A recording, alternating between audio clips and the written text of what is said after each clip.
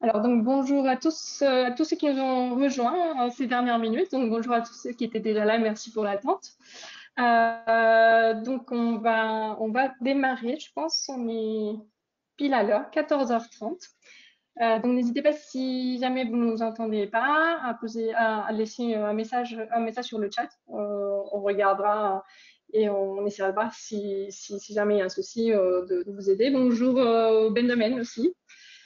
Très bien. Alors, on démarre. Donc, bonjour à tous, je suis Carolina.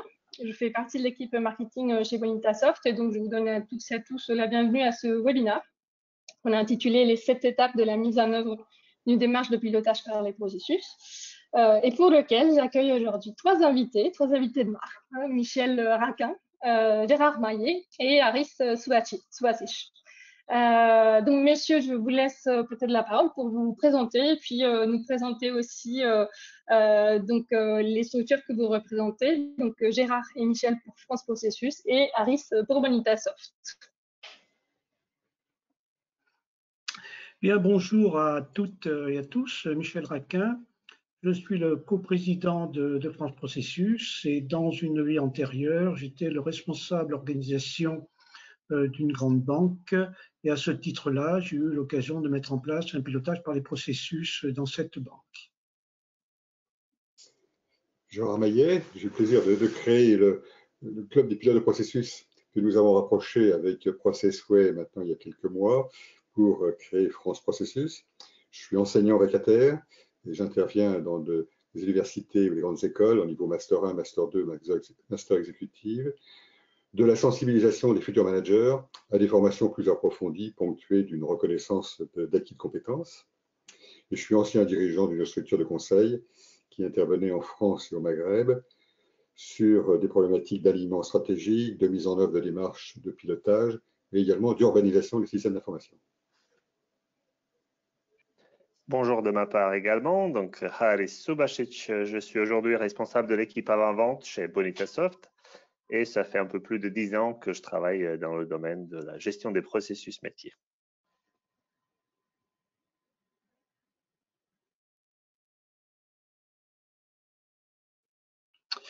Bien, avant de commencer, une petite présentation rapide. Michel, Gérard Oui, je disais avant de commencer une petite présentation rapide de France Processus, dont vous voyez, je dirais, les coordonnées de notre site. Pour l'ambition forte de notre association, hein, comme le rappelait Gérard, qui est le regroupement de du Club des pilotes de processus et de Processway en 2021, l'ambition forte, c'est de promouvoir le management par les processus. Et de ceci découlent 4 grandes missions. D'une part, faire connaître auprès des dirigeants et des pouvoirs publics la valeur du management par les processus. Offrir un lieu de rencontre et d'échange à tous ceux qui, au sein des organisations, sont des vecteurs du management par les processus. Offrir des cursus de formation tant pour les professionnels des processus, avec notamment des actions de certification internationale, que des futurs dirigeants à travers des actions dans les universités et les écoles, comme le rappelait Gérard tout à l'heure dans ses différentes interventions. Et puis la dernière mission, c'est développer des liens avec d'autres organisations, des associations, des écoles et des entreprises.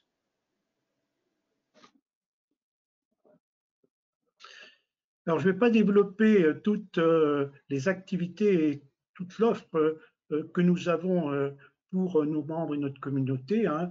Vous pouvez les retrouver sur notre site www.franceprocessus.org. Je mettrai peut-être l'accent sur 2 points.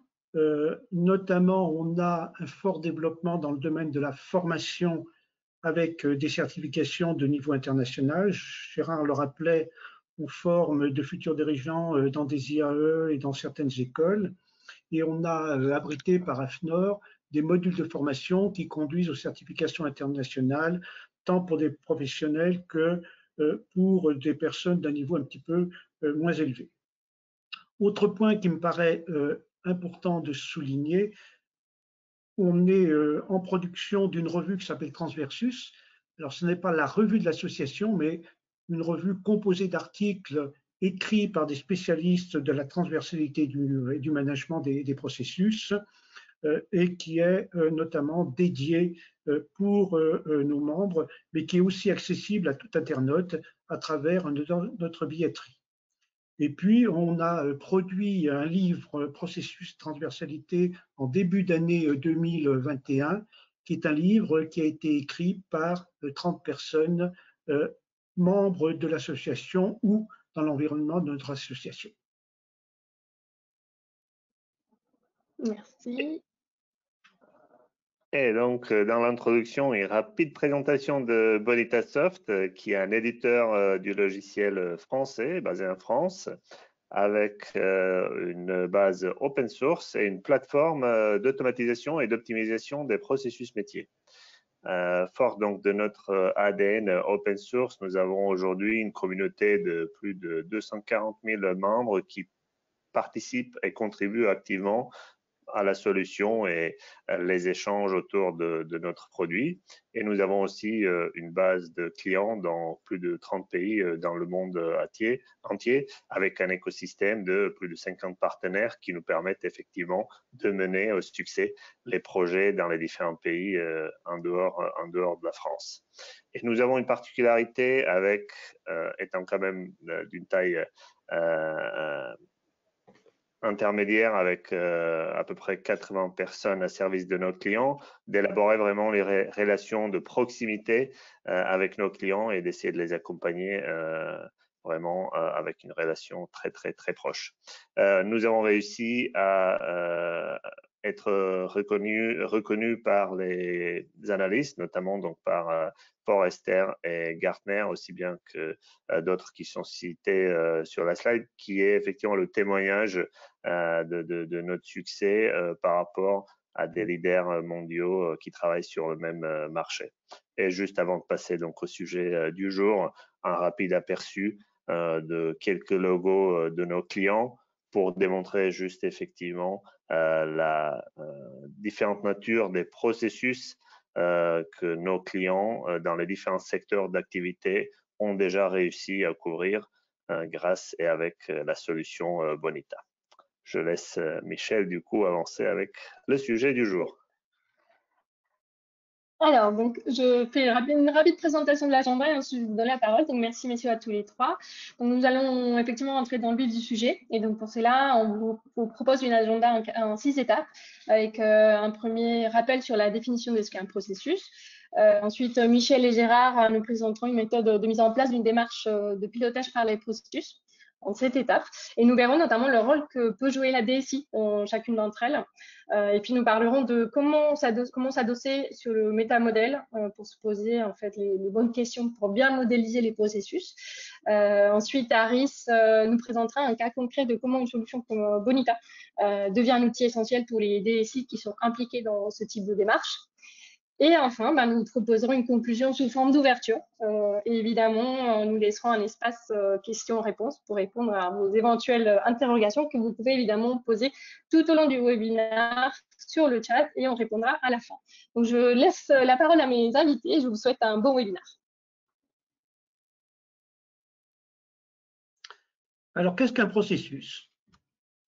Je crois que c'est un mot qui offre souvent des représentations négatives pour un certain nombre de personnes.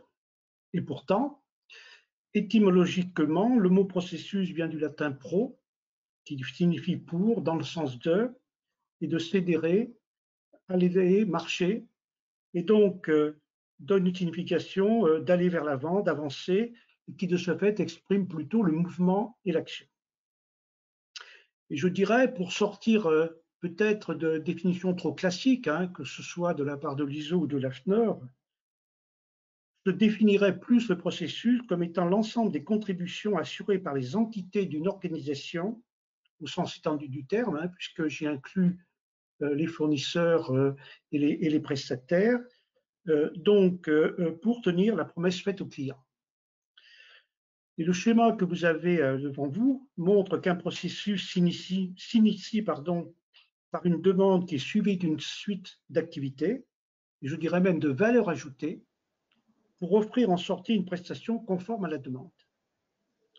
Et l'exécution des activités consomme, on le voit, des moyens et des ressources.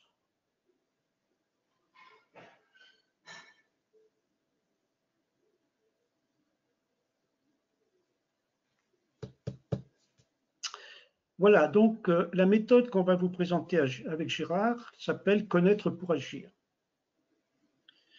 Alors ça peut être un truisme, mais pour nous, si l'on veut bien piloter, il convient au préalable de connaître ces processus.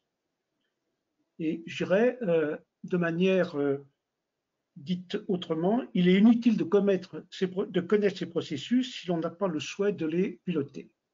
Et là, je me permets de faire référence à un certain nombre d'organisations qui passent du temps à faire des cartographies de processus et qui en arrêtent là et qui consomment de ce fait un certain nombre de temps pour finalement une non-valeur.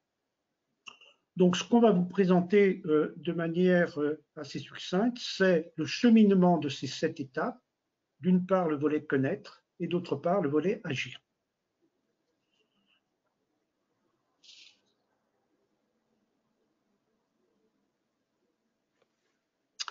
Alors, la première étape, c'est identifier les processus en les nommant. J'ai indiqué tout à l'heure que le but, finalement, d'un processus, c'est de tenir la promesse faite au client. Et donc, identifier ces processus conduit à se poser la question des produits et services offerts aux différents segments de clients et donc des processus qui sous-tendent ces finalités. Et pour disposer d'une liste structurée, vous pouvez, comme pour le sommaire d'un livre, ordonnancer le résultat obtenu selon une approche que l'on voit domaine de processus, macro-processus ou processus. Mais encore une fois, à chaque entreprise, sa manière de créer son ordonnancement. Enfin, pour bien montrer le mouvement, l'action du processus, un processus se définit par un verbe et un complément d'objet direct, comme par exemple assurer le recrutement d'un collaborateur.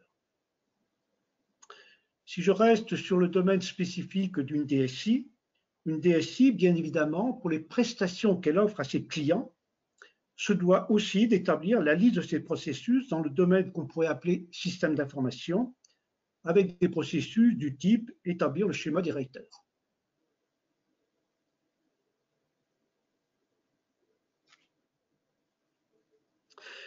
La seconde étape, c'est affecter les processus en responsabilité. Identifier ces processus, ça a pour finalité de les piloter. Et c'est la raison pour laquelle il convient de nommer ou de désigner des responsables en charge de ces actions de pilotage. Je dirais, peu importe la dénomination que l'on affecte à ces différentes personnes, même si pour notre part, nous parlons plutôt de pilote de processus, mais on peut admettre que chaque entreprise offre des désignations différentes. Par ces actions, le pilote de processus rend opérationnelle la stratégie de l'organisation et agit en s'appuyant sur des contributeurs qui ont été désignés au sein des entités qui sont concernées par les processus que le pilote a en responsabilité. Traducteur de la stratégie de l'organisation, il doit être crédible et je dirais d'un rang suffisamment élevé pour parler d'équivalent avec les responsables hiérarchiques. Mais là encore une fois, le choix des pilotes et leur niveau au sein de l'organisation peut être, je dirais, à la main de chaque entreprise. Si j'en reste sur le domaine spécifique de l'informatique, on se doit effectivement au sein et pour piloter le domaine système d'information de désigner un pilote qui en assurera le pilotage.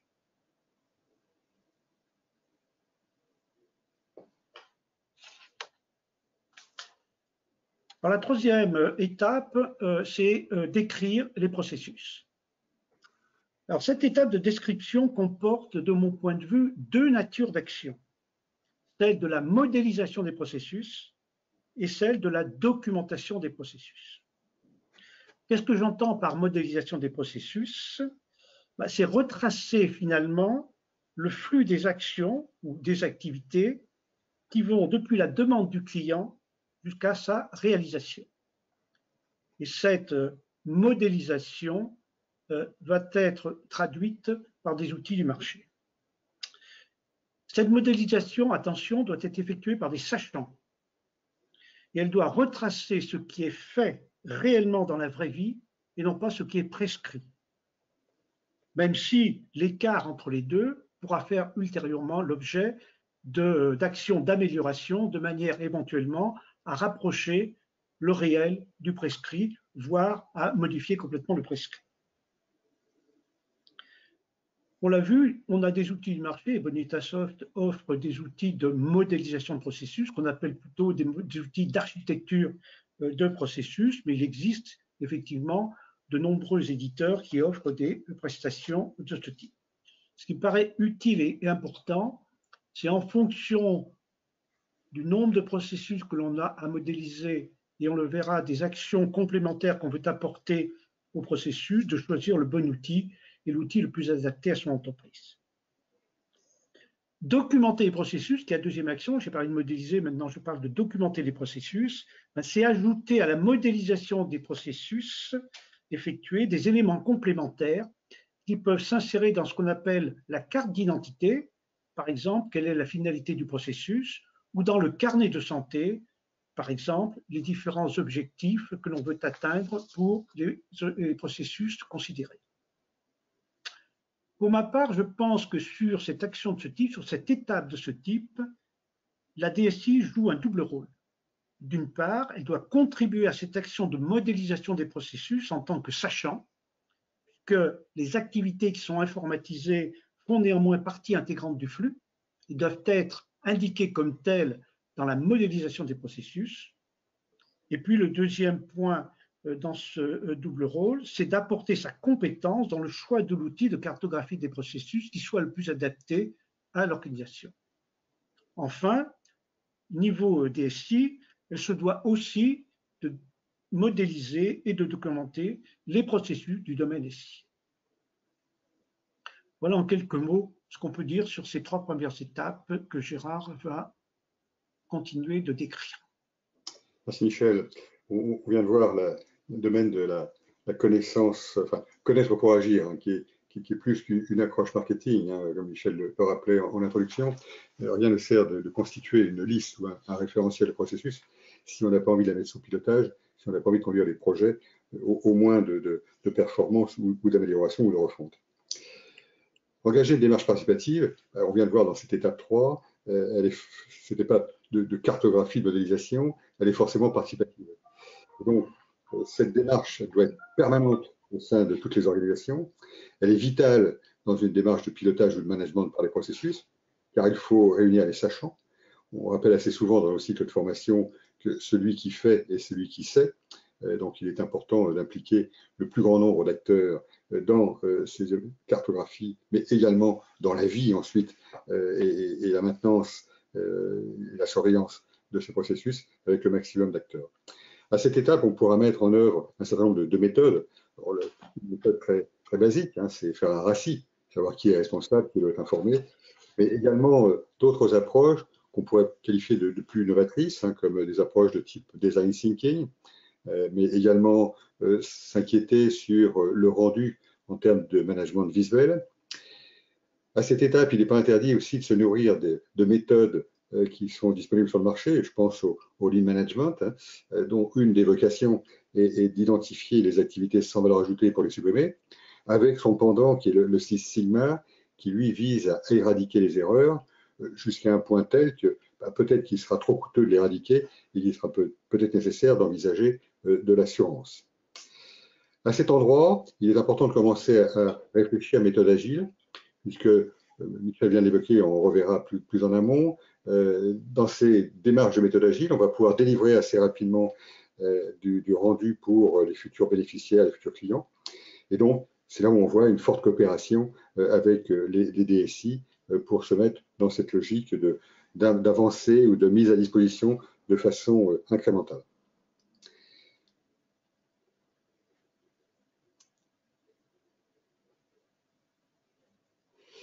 Définir les indicateurs pertinents.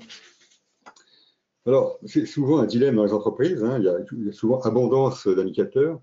Une règle simple, hein, c'est de s'assurer en permanence que tous les indicateurs qui sont manipulés à tous les niveaux de l'entreprise, de l'organisation ou de l'écosystème d'ailleurs, sont en cohérence par rapport aux indicateurs globaux de performance, qui n'est pas uniquement une performance financière. Il y a plein d'autres critères à prendre en compte, mais s'assurer qu'en permanence, tous les indicateurs qui sont manipulés à la taille d'une équipe, à la taille d'un service, soient toujours en cohérence par rapport à ces indicateurs globaux, notamment pour faire en sorte qu'il y ait toujours du sens dans les demandes qui sont formulées auprès des équipes pour atteindre un objectif local, certes, mais qui concourt à un objectif global. Les indicateurs doivent être pertinents en fonction des axes de retenue, hein, c'est-à-dire je n'ai pas la même famille d'indicateurs si je m'adresse aux collaborateurs ou si je fais une communication auprès des clients ou auprès de la surveillance des risques ou auprès de l'actionnariat. En quelque sorte, s'assurer que je vais pouvoir avoir des batteries d'indicateurs pour servir toutes les parties prenantes. Et les parties prenantes, c'est une notion qui se développe assez fortement, et nous regarderons sur ce point, et de faire en sorte que je puisse m'inquiéter de ces parties prenantes et je puisse leur délivrer des indicateurs qui vont les intéresser. Ces indicateurs doivent être dans une logique de SMART, c'est un acronyme qui est très largement utilisé, hein, simple, mesurable, acceptable, réaliste et temporel. L'indicateur, il ne reste pas la vie durant de l'entreprise, non, il y a toujours une temporalité. Au niveau de la DSI, les développeurs ou les contributeurs au développement du système d'information de manière générique doivent être partie prenante pour délivrer les données qui vont permettre de nourrir ces indicateurs. On peut se contenter dans un premier temps, dans des temps de test and learn, d'avoir les indicateurs qui ne soient pas fournis automatiquement par l'informatique, mais sur la durée, il faut bien s'inscrire à ce que ces indicateurs soient délivrés par les systèmes d'information. Alors, les métiers du chiffre sont globalement très familiers avec cette approche mesurable, puisqu'on voit apparaître ici une culture de la mesure, une culture de la performance. Il est nécessaire que tous les métiers, progressivement, aient cette culture de la mesure.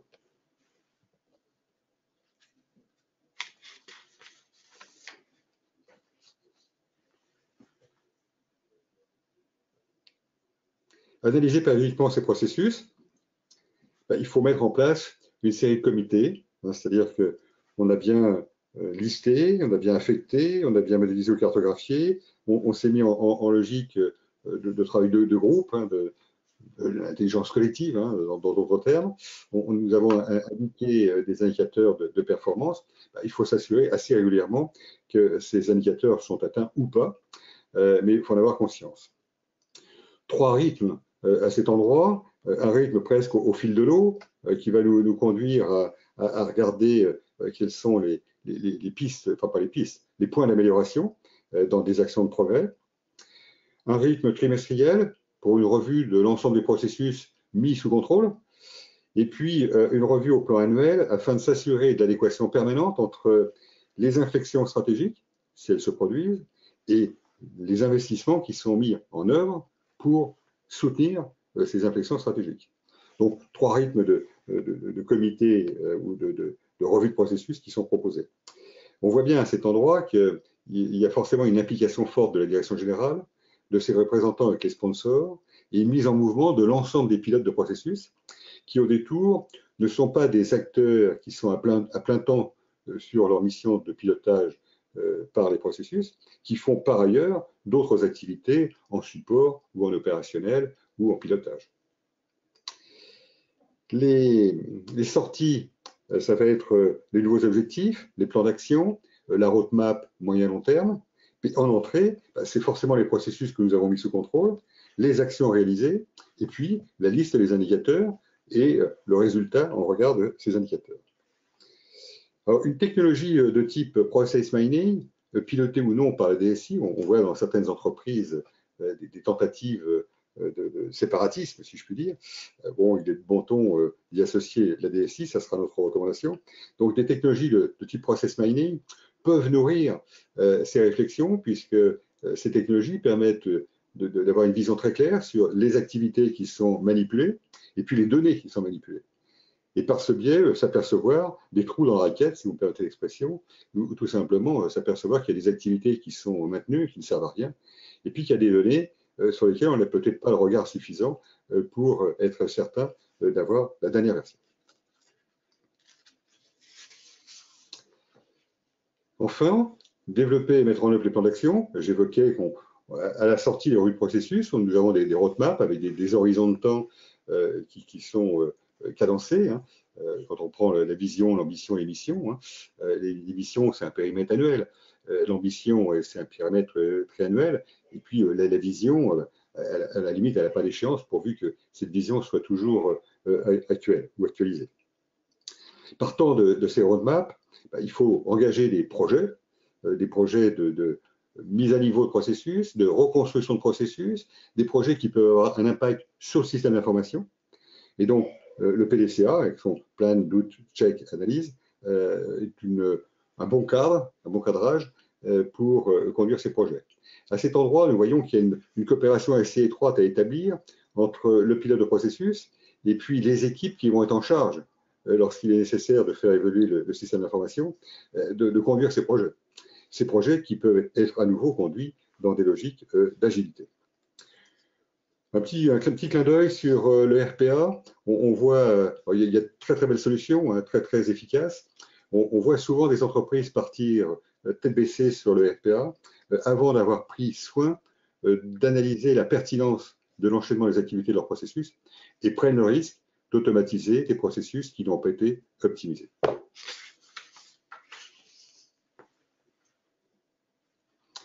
Alors nous venons de voir avec Michel les 7 étapes dans un plan de mise en œuvre d'un pilotage ou d'un management par les processus. Et nous recommandons d'adopter également une démarche en 7 étapes pour fournir un cadre qui peut être un dessin partagé avec la direction générale, un dessin qui va se nourrir avec un regard externe. Alors, on va associer d'autres acteurs à ce niveau, on va associer des gens du marketing qui utilisent peu ou prou les outils du marché. Hein.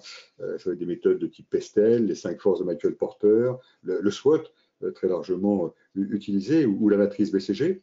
Donc un certain nombre d'outils qui sont disponibles, qui vont permettre d'éclairer l'environnement et puis ce qu'il nous faut prendre en compte dans la réflexion stratégique d'entreprise, parce que l'entreprise n'est pas seule au monde, et elle a un environnement auquel elle doit se frotter. À cet endroit, va également se poser la maturité dans la relation avec les parties prenantes. Est-ce que j'en ai une bonne connaissance? Est-ce que j'en ai un bon pilotage?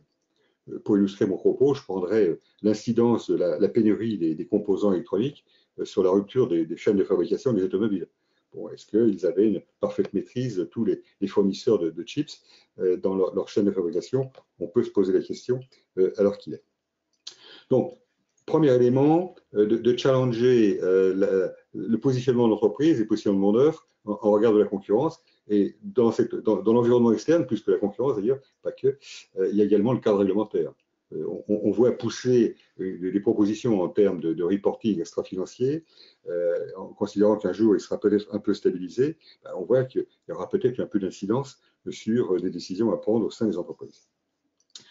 Une fois ces premières étapes franchies, on va regarder quelles sont les orientations que veut prendre l'entreprise.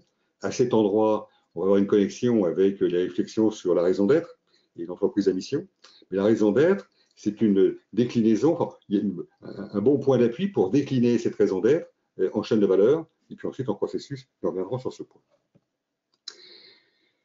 Première étape très opérationnelle, c'est confirmer les segments de clientèle ou les segments de marché. Alors, quand on dit segments de clientèle, c'est au sens un peu générique, ce sont les bénéficiaires, ce sont les usagers, donc tous ceux qui vont bénéficier du produit ou service délivré par l'entreprise ou par l'organisme. Donc confirmer ces segments de clientèle. On regarde ces segments de clientèle, valider les constituants d'offres de produits et services, et on voit bien qu'il y a dans les entreprises des réflexions pour enrichir les offres produits avec des services, ou lorsque je suis une entreprise de services, pour enrichir le catalogue de services proposés à mes clientèles. Ensuite, qualifier la promesse de l'entreprise en regard de ces segments de clientèle, et cette promesse, elle va être portée par la chaîne de valeur. Donc dans notre schéma, ce sont ces grandes lignes transverses en gris, qui sont les chaînes de valeur, qui vont permettre d'adresser des segments de clientèle et qui portent la promesse de l'entreprise. Une fois que nous avons fait valider de façon sémantique la promesse, qui n'est pas un exercice simple, surtout lorsqu'on l'anime au niveau d'un comité de direction, on s'aperçoit qu'il y avait parfois quelques différentes interprétations, alors on va pouvoir s'employer à regarder comment se crée la valeur. Ce sont nos rectangles bleus à la verticale, où on crée progressivement de la valeur, depuis la recherche et développement jusqu'à, et y compris le recyclage, en passant par la fabrication, en passant par l'intégration, la mise en marché, la commercialisation, l'administration des ventes, la pré-vente. Et une fois que nous avons défini ce premier modèle, on va s'employer à encadrer nos chaînes de valeur et domaines de création de valeur par les principaux processus de support et les processus de pilotage. Ce modèle étant établi, j'ai une bonne carte en macro.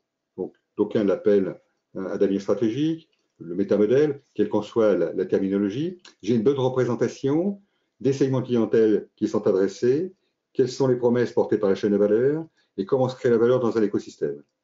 J'ai une capacité à positionner mes indicateurs de performance en regardant mes différents segments clientèle. J'ai éclairé mes processus de support et de pilotage.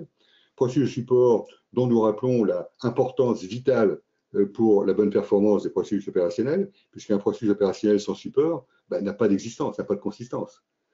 Si je n'ai pas, je ne suis pas employé à recruter, à former, à mettre en place un système d'information, à mettre en place de l'immobilier ANSO, de la logistique, alors mon process opérationnel, il est théorique, il n'a pas d'existence pratique.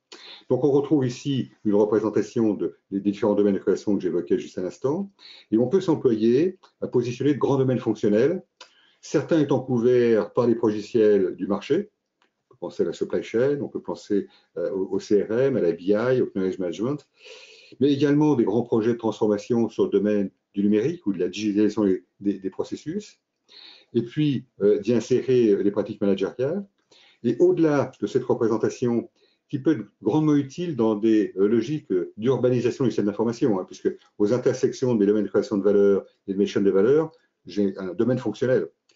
Donc, il est en in-house, en spécifique, ou bien il est couvert par un logiciel à voir.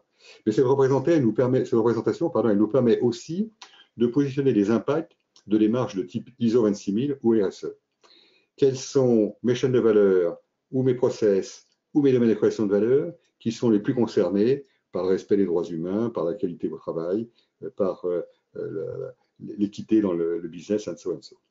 Donc voilà la recommandation qu'on peut formuler pour renforcer et faire en sorte que les comités de direction et direction générale s'approprient aussi une partie des mérites ou des apports d'une démarche de management et de pilotage de l'entreprise par les processus.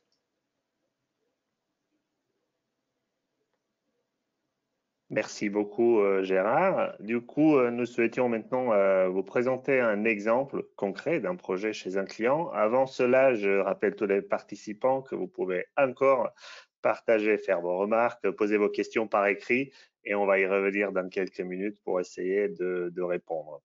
Donc, pour ce retour d'expérience, il s'agit effectivement d'un acteur français du secteur assurantiel qui s'est lancé dans la refonte de leur SI depuis 2015.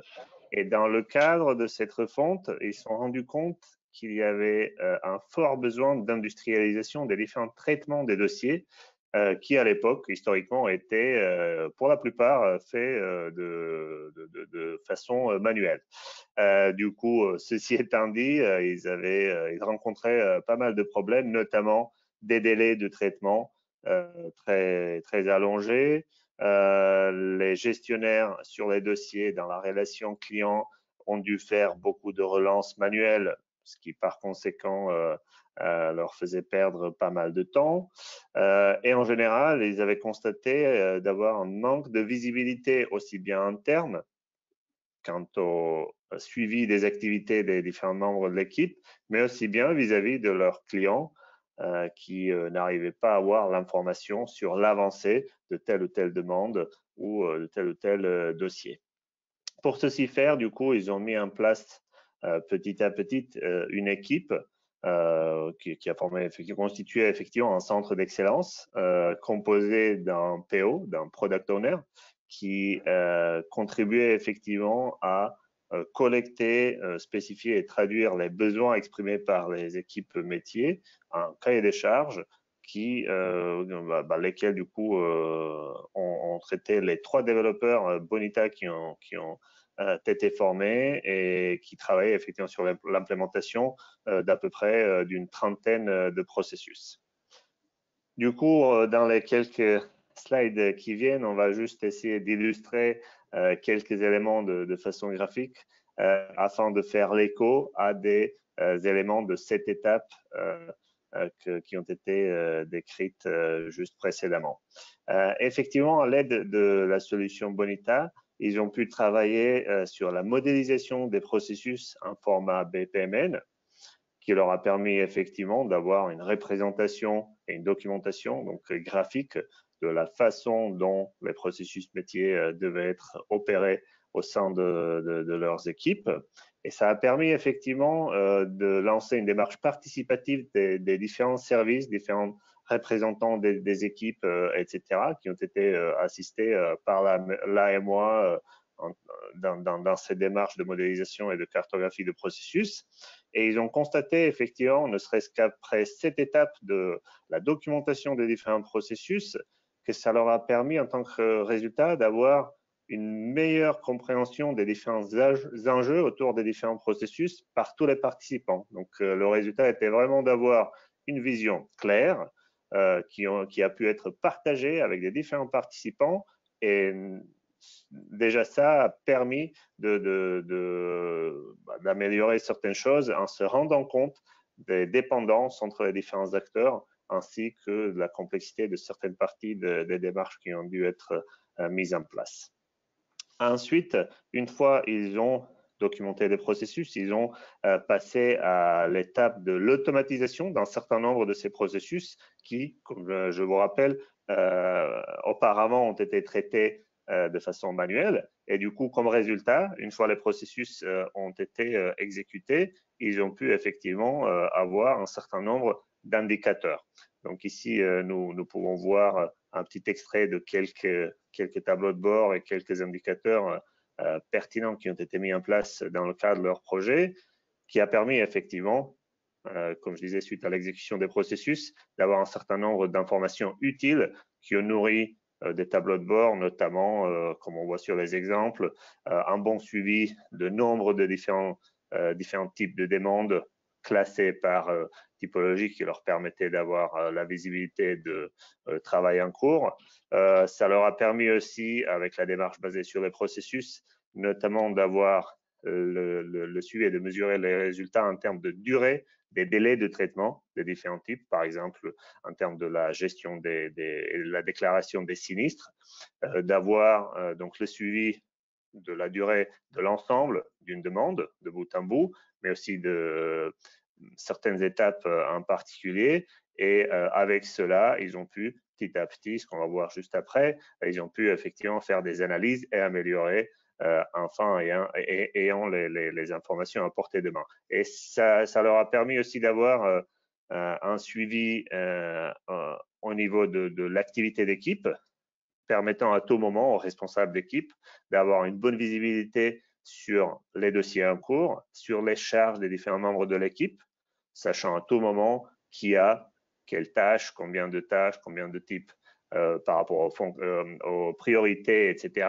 Et donc, ça leur a permis petit à petit d'avoir la main sur la mise en place d'un certain équilibre en termes de affectation des dossiers, de suivi, et ainsi, bien évidemment, améliorer les résultats en permettant du coup de trouver ce bon équilibre entre la priorité, le nombre et les occupations, donc les charges de travail sur les différents membres de leurs équipes. Ensuite, ce qu'ils ont pu faire aussi a posteriori, c'était de faire des analyses, on peut dire à froid, donc des analyses périodiques de ces processus-là, qui toujours donc s'appuyaient sur ces informations qui ont été issues des processus exécutés, mais avec un regard dans le temps, donc sur une période de temps, afin de déterminer quelles peuvent être les actions à conduire afin d'améliorer et pousser encore plus loin ces démarches de l'amélioration de leur processus. Donc ici, juste quelques extraits de certains rapports, certaines analytiques qu'ils ont pu mettre en place en se basant d'un côté donc toujours sur le diagramme qui, comme le fil conducteur, dès le départ, permettait à tout le monde d'identifier la façon d'opérer l'activité. Donc, vraiment le fil conducteur, le modèle de processus. Mais cette fois-ci enrichi avec donc des informations récoltées pendant l'exécution, permettant d'analyser toujours donc les charges de travail, les disponibilités des ressources, les durées dans le temps, aussi bien que sur l'ensemble d'un processus, mais aussi sur certaines étapes. Et à partir de là, ils ont pu tirer des conclusions afin de trouver les goulots d'étranglement, trouver les chemins critiques qui prenaient plus de ressources, plus de temps, et petit à petit, donc, comme des actions correctives par la suite, mettre en place donc des améliorations dans les nouvelles versions de processus afin de toujours chercher à optimiser l'efficacité, c'est-à-dire réduire les délais et améliorer la qualité de leur service. Et on peut dire presque qu'en conclusion, à la fin, ce qu'ils se sont rendus compte en cours de ce processus-là, donc sur la diapositive suivante, c'est qu'ils ont pu mettre en place un développement et la mise en œuvre de différents plans d'action qui ont été basés donc sur la solution Bonita en mode agile, qui a permis du coup pas seulement aller d'étape par étape comme décrit ici, mais aussi de faire des petits changements incrémentaux, toujours avec des résultats partagés avec les équipes métiers. Avec la solution Bonita, ils ont pu mettre ça en place en se basant donc sur l'approche graphique, visuel, qui a facilité la mise en place avec des outils glissés-déposés, en utilisant un certain nombre de composants prêts à l'emploi qui viennent donc que Bonita comme solution fournit, afin effectivement de accélérer cette mise en place et cette partie automatisation des processus. Ce qui était très important pour eux aussi, comme pas mal d'organisations, c'était aussi d'exploiter la capacité de faire l'intégration dans le récit, c'est-à-dire faire la connexion entre les nouveaux processus avec les systèmes qui étaient en place déjà, parfois historiques, sans interface très moderne. Et du coup, grâce à Bonita, ils ont pu construire donc de nouvelles applications avec des écrans, des interfaces utilisateurs modernes, tout en s'appuyant sur les systèmes qui encore rendaient bien un service, même étant historiques dans leur écosystème. Et du coup, ce qu'ils ont pu mettre en place en général, c'était une approche d'amélioration des processus au fur et à mesure, qui s'est inscrit entièrement dans leur optique de développement gouvernée par la DSI et qui s'appuyait donc sur une approche DevOps qui était basée sur des technologies standards du marché à partir de Git, en utilisant les technologies comme Jenkins, afin aussi de mettre en place la livraison continue, tout en permettant d'avoir ce cercle continu qui permet donc régulièrement de modéliser, automatiser, implémenter les processus, pouvoir les analyser afin de passer à une nouvelle itération, à une nouvelle version, toujours cherchant à optimiser, améliorer en continu, et aussi en parallélisant le développement et la mise en place des différents processus dans des petites étapes. Voilà quelques retours qu'on a pu faire sur ce projet par rapport à ce client qui, j'espère, aide à illustrer un tout petit peu les propos et les actions qui ont été décrites dans la démarche, dans la première partie. Je vous laisse la main pour la conclusion. Arif, j'aurais une question, mais tu pourras traiter à l'issue de la présentation. Est-ce que cette compagnie en a profité pour mettre en place un référentiel de processus? Mais il apportera peut-être un éclairage dans le jeu des questions-réponses. Connaître pour agir. Et puis, on n'aura pas le temps de développer, mais on peut piloter des processus ou piloter par les processus. Ce n'est pas que de la sémantique. Aujourd'hui, dans toutes les organisations, il y a des acteurs qui pilotent des processus.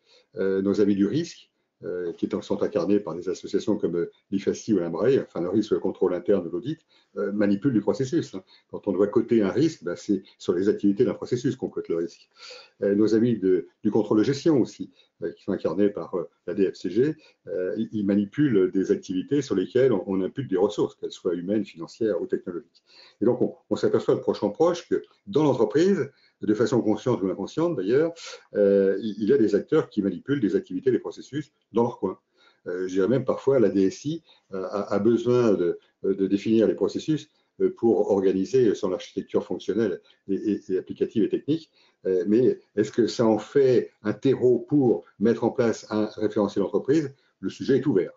Donc, notre recommandation, c'est de tirer parti de toutes ces initiatives, principalement des métiers du chiffre et de la DSI, des initiatives comme des chantiers tels que celui qui vient nous être présenté par Harris, pour progressivement mettre à disposition de l'ensemble des acteurs de l'entreprise, voire de l'écosystème, bon, en traitant le problème de la confidentialité sur certains domaines, quelles sont les meilleures pratiques utilisées dans cette entreprise. On en voit un bénéfice instantané, au-delà de l'amélioration permanente de la performance, c'est lorsqu'il y a des rapprochements, lorsqu'il y a des contrats à dénouer avec des partenaires tiers, pour faire en sorte que mon process il soit fluide de bout en bout et que le client ne soit pas le seul à subir les ruptures de process.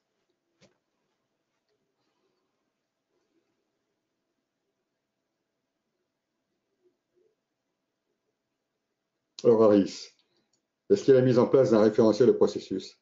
Oui, effectivement, on peut commencer par ça et après on laissera la main à Carolina nous faire part des différentes Oui. questions qui nous ont été posées par chat.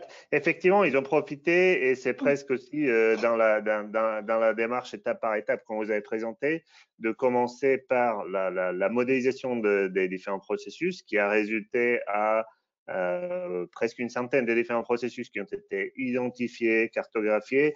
Et c'est, point de vue temporel, probablement l'étape qui a pris le plus longtemps à être mise en place. C'est quelque chose sur lequel ils ont travaillé beaucoup. Ça implique, comme on a évoqué d'ailleurs, la participation de beaucoup du monde. Ça suscite beaucoup de débats, des discussions, des échanges, parfois très engagés.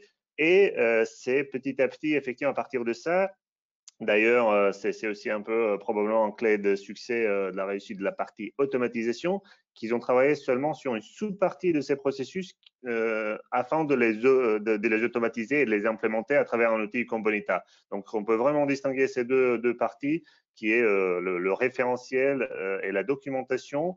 Et pour certains de ces processus, il y a du sens et c'est intéressant de passer à la phase d'automatisation. Alors, on a pas mal de questions, donc merci à tous les trois. Donc je pense que c'est un sujet qui soulève beaucoup de questions, donc je vais essayer de poser un max des questions qui ont été laissées sur le chat. Alors là, j'ai une première question d'Alain, bonjour Alain, qui nous demande en fait qui vous demande plutôt si vous avez des exemples de processus et d'indicateurs qui peuvent être associés à ces processus. Donc je pense que c'est plutôt de façon générique quel type de processus on peut associer à une démarche processus et les indicateurs. Je suis tenté de m'appuyer sur ce que nous utilisons auprès de nos étudiants, qui sont souvent dans des filières ou dans des masters du chiffre. Comment est-ce que je positionne un indicateur de risque et comment je le suis? Comment est-ce que je positionne un indicateur de coût? Et puis, depuis assez peu, on fait travailler sur un indicateur de sobriété.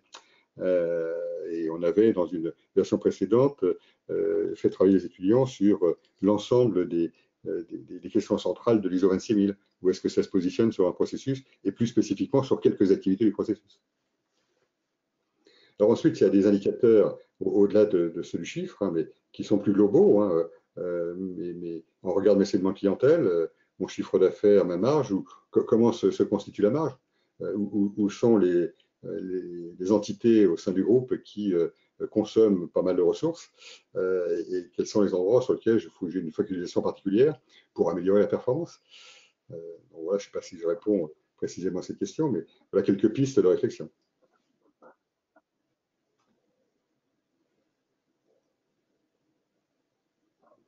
Très bien, merci. Alors, j'ai une question qui est, je pense, plutôt pour toi, Aris. Guy, bonjour Guy, qui demande en fait par rapport, je pense, à ce qu'il y avait dans tes slides. Quand tu dis process owner, est-ce que tu parles du client du process ou de l'autorité des ressources réalisant le process?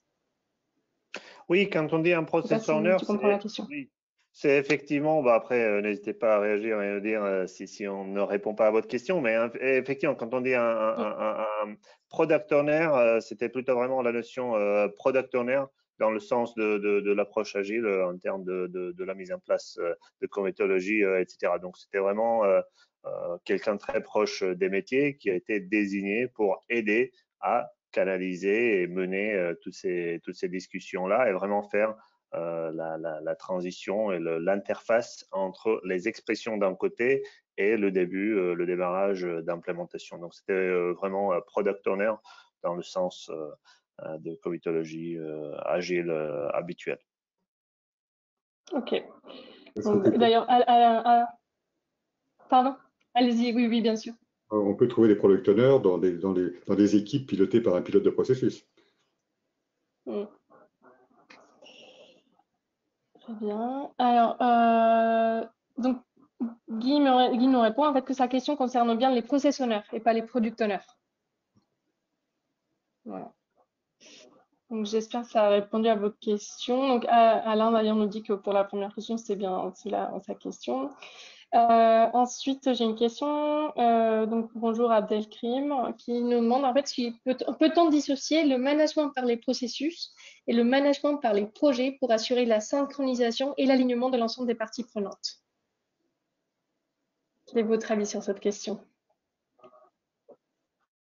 On peut faire une différence entre le management par les processus et le management des projets, hein, c'est ça? Oui, si on peut dissocier le management par les processus et le management par les projets. Est-ce qu'il y a une différence déjà et comment on peut les dissocier? Ben, je dirais que ce sont des choses, de mon point de vue, totalement différentes. Si je fais du management par les processus, je vais définir, pour pouvoir soit les améliorer, soit les transformer, je vais définir un certain nombre de projets. D'accord? Et je vais conduire ces différents projets qui vont ensuite avoir pour conséquence d'améliorer ou de transformer les processus que j'avais. Donc je crois que ce sont des choses qui sont complètement liées, mais de nature quand même complètement différente. Il y a un problème de temporalité.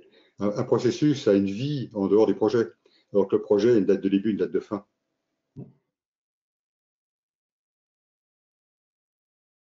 Bien. Est-ce que ça... N'hésitez pas à nous dire si ça répond bien à votre question dans le chat. D'ailleurs, je reviens sur la question de Pio parce que du coup, Guy nous reformule sa question. Donc là, sa question, du coup, là, c'est beaucoup plus direct parce que conseillez-vous qu'un Pio soit un client du processus ou l'autorité des ressources qui les réalise? Parce que là, c'est plus clair. Moi, je n'ai pas bien compris la question, là, Carolina. Alors, conseillez-vous qu'un PO, donc on parle bien de process owner, soit un client du processus ou l'autorité des ressources qui le réalise? Donc, est-ce que... Moi, je le mettrais comme étant un acteur qui est animé par un pilote de processus, hein, parce que je peux avoir plusieurs product owners hein, dans mon processus. Enfin, mon processus peut interpeller plusieurs product owners, hein, au sens que vous décrivez tout à l'heure. Ok. J'espère que ça répond à votre question, Guy. Alors, j'ai une question qui concerne donc de Claude. Bonjour Claude. Qui concerne la deuxième étape. Donc en fait, dans l'étape de la démarche processus, vous présentez de la deuxième étape le besoin d'affecter les responsabilités au processus. Si cela peut en effet faciliter les étapes suivantes, cela me semble très ambitieux à ce stade. Garner le positionne après la définition des indicateurs. Comment faire pour ne pas sauter d'étape dans votre proposition? Merci. J'avoue que je n'ai pas bien entendu la question, là. Carolina, je dois avoir un problème de son. Pourquoi est-ce qu'il nous faut un processus, quoi? C'est ça la question. Pourquoi est-ce qu'il nous faut dès la deuxième étape? Pourquoi faut-il dès la deuxième étape affecter les processus en responsabilité? Voilà, c'est ça. Ben, je dirais que pourquoi les affecter en responsabilité? Tout simplement que si je ne fais pas cette action d'affectation en responsabilité, qui va se charger ensuite d'assurer d'une part l'analyse des processus et la définition avec les contributeurs des actions à conduire pour pouvoir soit le maintenir en bon état, soit l'améliorer, soit le transformer. Donc c'est la raison pour laquelle, effectivement, dès que j'ai défini ma liste des processus, alors bien évidemment, si je définis toute ma liste des processus, mais que dans un premier temps, je ne veux piloter qu'une seule partie de cette liste de processus ou qu'un domaine de processus, je ne vais pas m'amuser à nommer tous les pilotes dès le départ, je nommerai le ou les pilotes du ou des domaines que j'ai envie de piloter dès le début. Donc, c'est un petit peu comme ça qu'il faille, je dirais, interpréter la nomination ou la désignation d'un pilote de processus. Très bien, merci. N'hésitez pas, Claude, si vous avez des questions encore sur ce sujet. Alors, j'ai une question d'Abdelkrim qui est plus sur quelles seraient pour vous les bonnes pratiques pour définir les KPI pertinents? Il y a plusieurs réponses à ce niveau-là. Moi, je sais personnellement, notamment quand on me pose ce type de questions, je leur dis, posez-vous la question de la finalité du processus, puisque on l'a vu, un processus n'existe que par une finalité qu'il a à accomplir. Et pour ma part, en fonction de la finalité de l'entreprise, dans la mesure où cette finalité a été exprimée de manière suffisamment précise, je peux me poser la question des indicateurs. Je vais prendre un exemple précis. Si je dis que dans un restaurant, par exemple, hein, je dois servir des repas de qualité sans avoir de temps d'attente trop important pour les consommateurs, je vais me poser je poserai un indicateur sur la qualité des différents plats qui seront servis, mais aussi sur la capacité à servir assez rapidement les consommateurs. Donc je pense que travailler les indicateurs en s'appuyant sur la finalité du processus permet déjà de dégager bon nombre d'indicateurs. Alors bien évidemment, comme on le rappelait tout à l'heure, au-delà même de ces indicateurs hein, qui peuvent servir des aspects de performance commerciale, de performance économique ou de maîtrise des risques, on peut aussi avoir des indicateurs plus globaux sur des volumétries notamment. Très bien. J'allais effectivement ajouter, de mon point de vue, quand vous dites, Michel, c'est effectivement à travers les différentes sphères d'influence entre la direction et les équipes opérationnelles, effectivement, ces indicateurs peuvent varier, mais toujours par rapport, comme vous dites, à la finalité et le résultat qu'on cherche à obtenir. À très haut niveau direction, c'est souvent ce qui est lié à des résultats, chiffre d'affaires, satisfaction client, etc. Mais quand on décline ça, on peut avoir des différentes responsabilités et les rôles. Et du coup, pour une équipe qui ne fait partie qu'un bout d'un processus, etc., les indicateurs ne seraient peut-être pas les mêmes parce qu'ils ne font effectivement qu'une sous-partie de l'ensemble de processus. Donc souvent aussi, en cours de la mise en place et quand on commence à réfléchir, orienter processus, c'est là où on commence aussi à décliner et poser différents types d'indicateurs à travers les différentes couches de l'organisation. Mais on peut très bien relier cette notion de finalité du processus par rapport à un point dont on parlait tout à l'heure, notamment dans l'alignement stratégique, c'est la promesse au client. Hein, puisqu'on voit bien que finalement, la finalité, c'est la promesse qu'on fait au client. Et c'est bien par rapport à cette promesse qu'un certain nombre d'indicateurs peuvent être complètement pertinents. Très bien, merci. Alors, il nous reste encore 2-3 minutes pour répondre à quelques questions. J'en ai encore pas mal. Alors, pour reprendre peut-être d'autres types de questions, alors plutôt une question d'ordre technique. Donc, ce sera du coup plutôt pour toi, Aris. Comment intégrer une solution de type Bonita et un ERP du marché? Donc, c'est donc Abdel qui demande si tu peux partager, par exemple, un exemple d'une expérience d'intégration de solutions de ce type. Oui, donc on peut répondre peut-être à deux niveaux.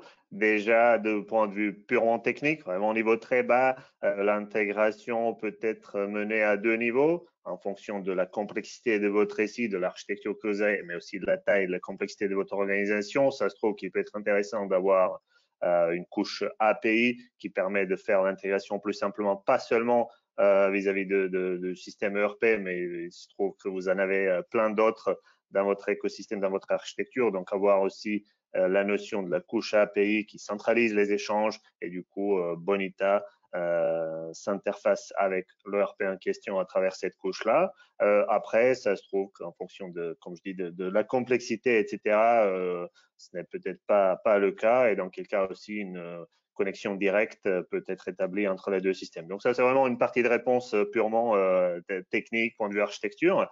Après, ce qui est intéressant plutôt de point de vue fonctionnel, c'est de voir Bonita comme une solution qui peut permettre de mettre en place des applications sur des sujets transverses, donc qui permettent le transfert, l'échange des informations et des données qui traversent donc le cadre seulement de l'ERP. Donc, avoir un suivi ou des actions qui sont menées de bout en bout au point de vue métier et qui donc traversent plusieurs systèmes.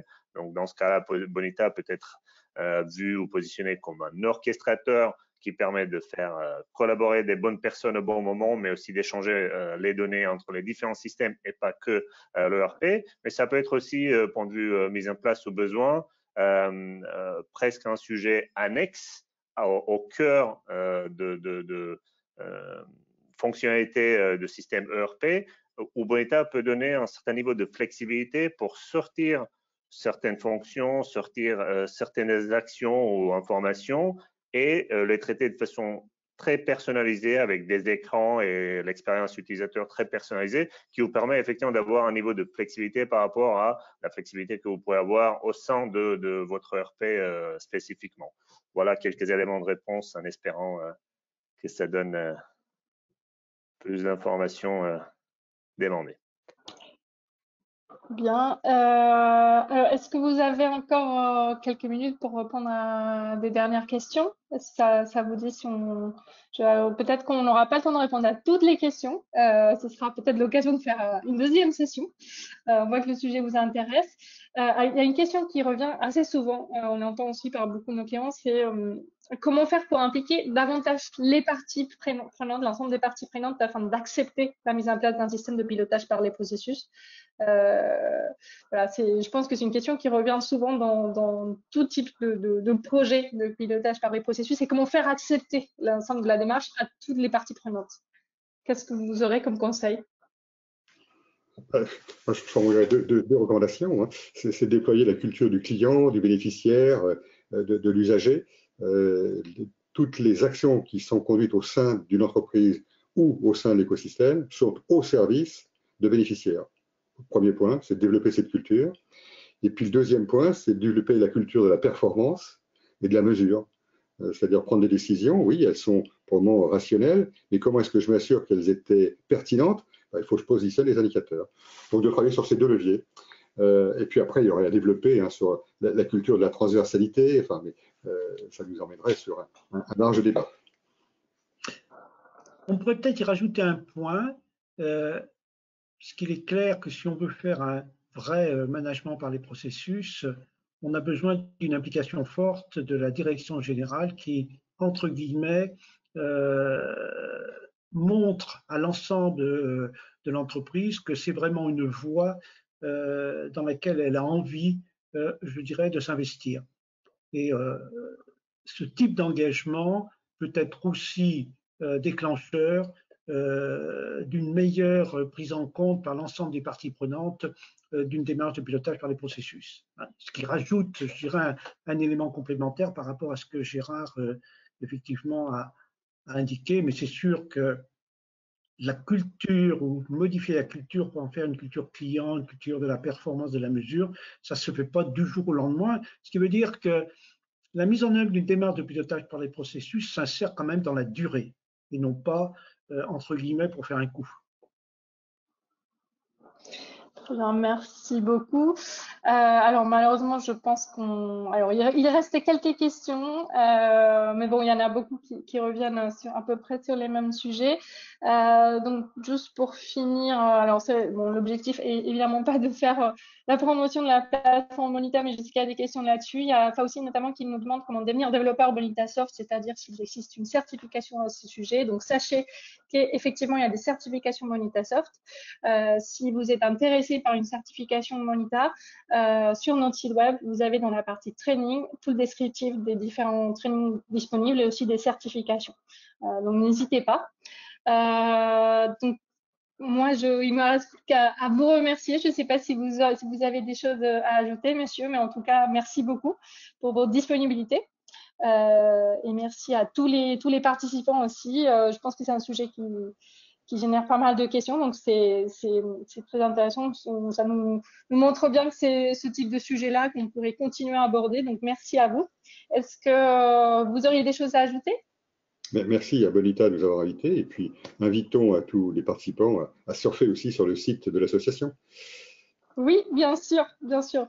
Donc, vous nous rappelez, c'est www.franceprocessus.com, c'est bien ça. Hein. Je dirais que tous ceux qui ont envie de continuer à échanger entre pairs, n'hésitez pas à adhérer à notre association, hein, sans vouloir faire du commercial. Et on pourra répondre aux questions qui sont restées en suspens si nécessaire. Oui, de toute façon, on a toutes les questions, donc on peut potentiellement aussi y répondre par mail. Merci beaucoup à tous. Et puis, on espère vous retrouver lors d'un prochain webinaire. Merci, au revoir. Merci. Au revoir.